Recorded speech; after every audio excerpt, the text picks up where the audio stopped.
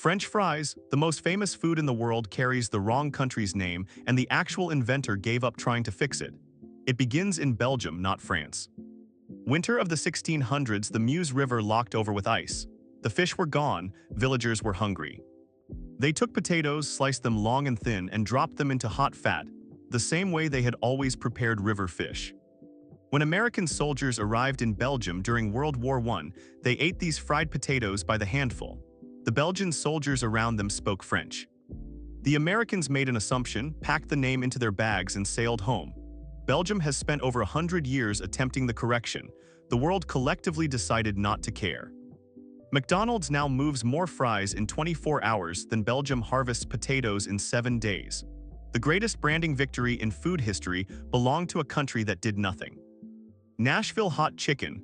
Behind one of America's most copied dishes is a woman who meant it as punishment and never got a word of thanks. Thornton Prince was a problem. He stayed out late, came home when he pleased, and showed no sign of stopping.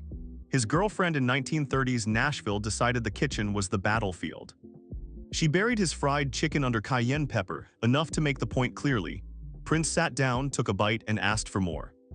He spent the next few years developing the recipe properly and opened Prince's Hot Chicken Shack, which still operates in Nashville today. The dish sat quietly in that city for 7 decades. Food writers found it around 2012. By 2017, it was everywhere. By 2020, every major chain from McDonald's to Popeyes had a hot chicken product on the menu. The woman who started it all as an act of domestic frustration has never been named publicly. The chicken got famous, she did not. Fish and chips. 2 completely separate immigrant food traditions collided in a London neighborhood and accidentally created a national institution. The fish came first. Jewish immigrants from Portugal and Spain had been frying fish in seasoned batter for generations before they arrived in London's East End in the mid-1800s.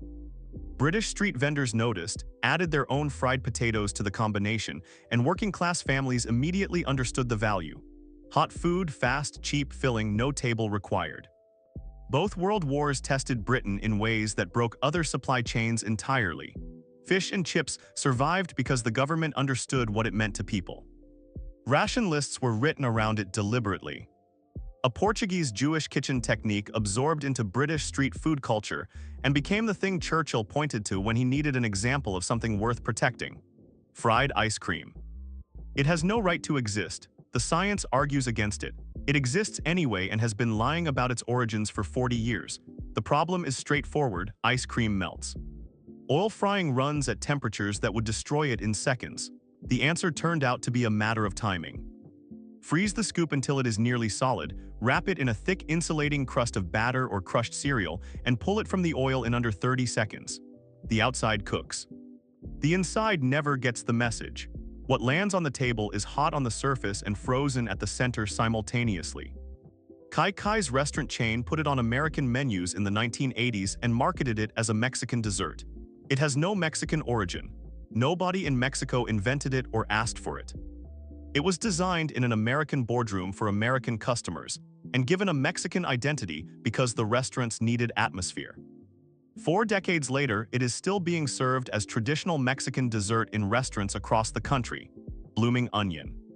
Outback Steakhouse built it in 1988 and discovered too late that some menu items cannot be removed without consequences. The construction is specific: 1 whole onion. 100 cuts from top to base without breaking the bottom apart. Batter applied to every exposed surface, lowered into a deep fryer until the petals separate and curl outward. What comes out looks dramatic because it is dramatic. It also contains close to 2,000 calories before anyone touches the dipping sauce. Outback has sold roughly 40 million of them every year for over 3 decades. Critics have called it irresponsible. Nutritionists have written about it with visible distress. Customers keep ordering it at a rate that has made the conversation irrelevant. Outback learned that certain dishes stop belonging to the restaurant and start belonging to the customer. The blooming onion crossed that line sometime in the 1990s and never came back. Scotch Egg. It was born in luxury, adopted by pubs, rescued by fine dining, abandoned to petrol stations, and currently occupies all of those identities without resolving the contradiction. Fortnum and Mason created it in 1738. The store catered to wealthy Londoners, and the Scotch Egg was designed as travel food.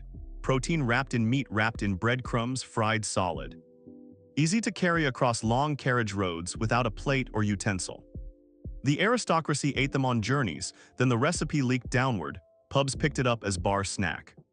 Then chefs in expensive restaurants started reconstructing it with soft yolks and house-made sausage and charging accordingly. Then supermarkets and motorway shops started selling plastic-wrapped versions for coins. The Scotch egg now exists at every level of British food culture at the same time. Michelin kitchens and highway rest stops, served within miles of each other on any given afternoon. No other British food has made that journey without losing its identity entirely.